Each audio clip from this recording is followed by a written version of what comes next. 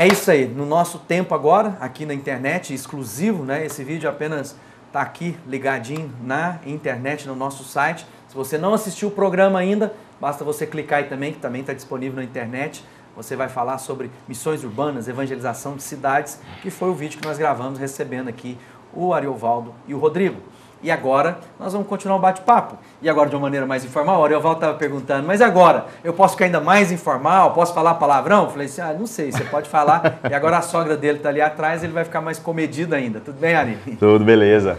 Rodrigo? Beleza. Bom, nós estávamos falando no programa sobre a questão dos desafios das estratégias. Qual foi a estratégia mais maluca que você já viu alguém usar para compartilhar o amor de Deus?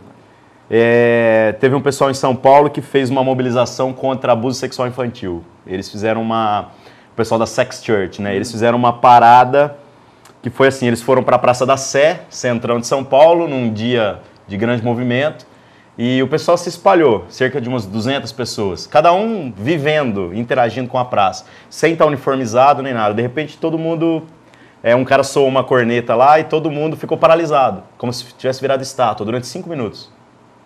E era engraçado porque era só isso. Agora imagina que você está andando numa praça, de repente você vê 200 pessoas em situações das mais diferentes possíveis, paralisadas. Começou a juntar gente em torno dessas pessoas, né? Como que assistindo aquele espetáculo.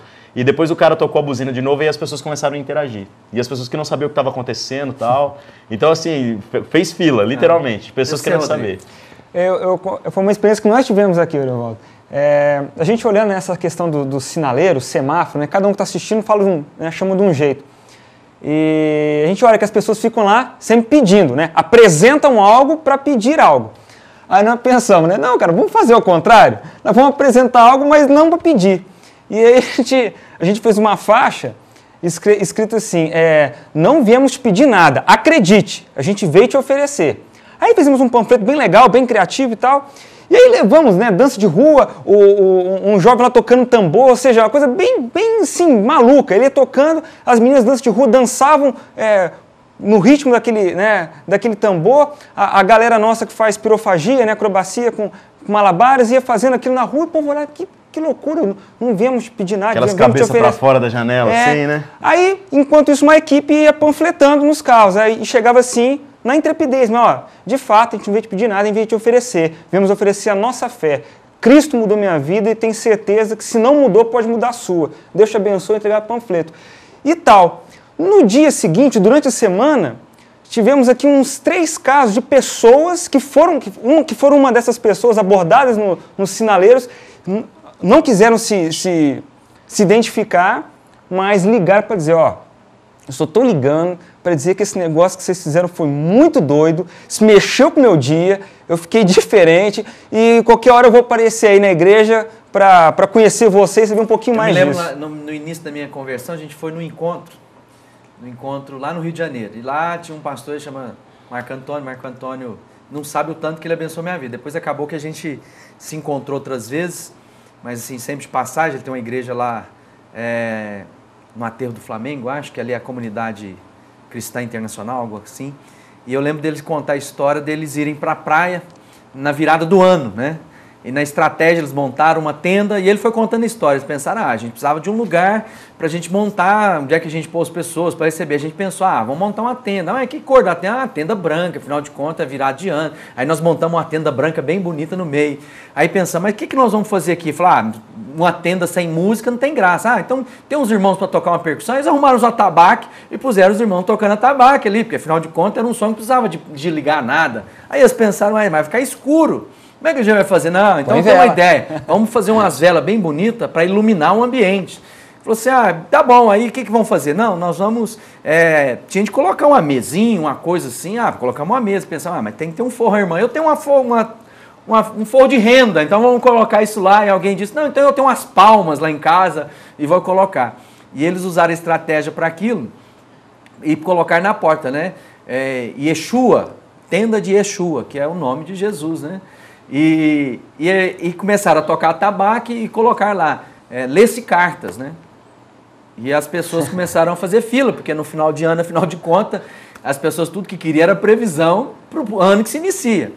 E diz que quando as pessoas se juntavam ali, e juntaram os irmãos orando, e para ficar ainda mais intenso o ambiente, diz que colocaram as pessoas em torno da tenda orando em línguas. Então, era aqueles atabaques tocando, labachuri, labalabaceira, lebalabá, e o povo lá, e a curiosidade foi aumentando, e a fila aumentando para poder ler cartas. E quando as pessoas chegavam para ler as cartas, o que eles liam? Agora eu vou ler a carta que Paulo escreveu à igreja, vou ler a carta que Deus tem para... E começava a ter a oportunidade de falar. E algumas vezes falavam sobre leitura de mãos. Falou assim, não, eu vou pegar na sua mão e vou ler. E começavam a dizer, eu vejo o inimigo. O inimigo? E ele veio para matar, roubar e destruir na sua vida. E a pessoa ia entrando e eles tinham a oportunidade de falar do evangelho. Então são coisas bem inteligentes, né, de chamar atenção, como essa estátua, né, no meio da praça. Eu penso que, de alguma maneira, não importa a estratégia, não importa o que você vai fazer, por mais simples que seja. Talvez um ponto que seja relevante, a gente entender que a reforma de Lutero, ela era uma proposta contínua. E a gente sempre está querendo parar. Era meio gerúndio, né? Reformando. Reformando, exato. E tem gente falando uma nova reforma, fala, não, gente, é a mesma reforma, a gente acabou. tem que dar continuidade. Exato. Agora, porque, na verdade, nas atividades... O que acontece hoje, que a coisa ficou tão parada, porque agora alguns estudiosos falam que nem é reforma, está precisando de uma revolução, de fato, uma mudança. De fato, porque engessou muito. Mas, por exemplo, com relação às atividades, você faz uma atividade e dá certo, aí depois você repete, eu acho que aí a gente já está começando a errar. Se ela deu certo, na próxima ela tem que ser melhor. Claro. Se ela não mudar, se ela não se tornar melhor, se a gente ficar esperando ela ficar ultrapassada para substituir, a gente vai, mais uma vez, deixar passar o momento. Tem uma experiência também que vocês tiveram com o pessoal da Sex Church numa feira erótica. Esse é um bom desafio, até por causa de que muitas pessoas, né, se exporem à pornografia, talvez elas ficam lá mais incomodadas que tudo. É como aqueles primeiros missionários que chegaram nas ilhas do Pacífico, e chegaram lá, aquelas mulheres lindas, de seios de fora, e aquilo não incomodava os homens do lugar, mas quando de fato incomodava os missionários que ali estavam, né? Como é que foi a reação dos missionários na feira? Eu fiquei surpreso, assim, porque a gente foi também sem saber o que esperar. Mas fomos só casados, pessoas casadas, os casais, né? Cada um com sua esposa. E o interessante é que você olhava, eram pessoas bonitas lá, eram modelos, homens, mulheres, desfilando seminus, algumas vezes até nus mesmo. Mas quando você está trabalhando, você está com o coração naquilo para falar, eu vou falar para você, se sentir tesão em alguma coisa lá, tem alguma coisa errada com você. Tem mesmo. Porque a gente olhava para aquelas pessoas e sentia pena delas. E você via na cara daquelas pessoas a infelicidade. Que no fundo havia uma sede de vida. As pessoas expostas em vitrines como se fosse carne no açougue. É uma coisa muito estranha. Triste, assim. né? É triste. Só que o interessante é que às vezes a gente tem essa preocupação do, nossa, como eu vou ser tentado, né? E a gente não tem ido. E nessa experiência, óbvio, com muita oração antes, com jejuns, com muito temor, uma equipe treinada, né? Só fomos pessoas casadas que têm a sua vida exposta, aberta. Eu acho que a gente volta no que a gente estava falando no programa, né? Que era a questão da identidade e da convicção, né? Nós fazemos porque nós somos, né? Isso. Esse é o ponto. Não é pra ser, né? Você querer fazer uma coisa que não tem nada a ver. Bom, nós estamos aí chegando ao final dos nossos 10 minutos aqui de extra do nosso programa Tribal Generation.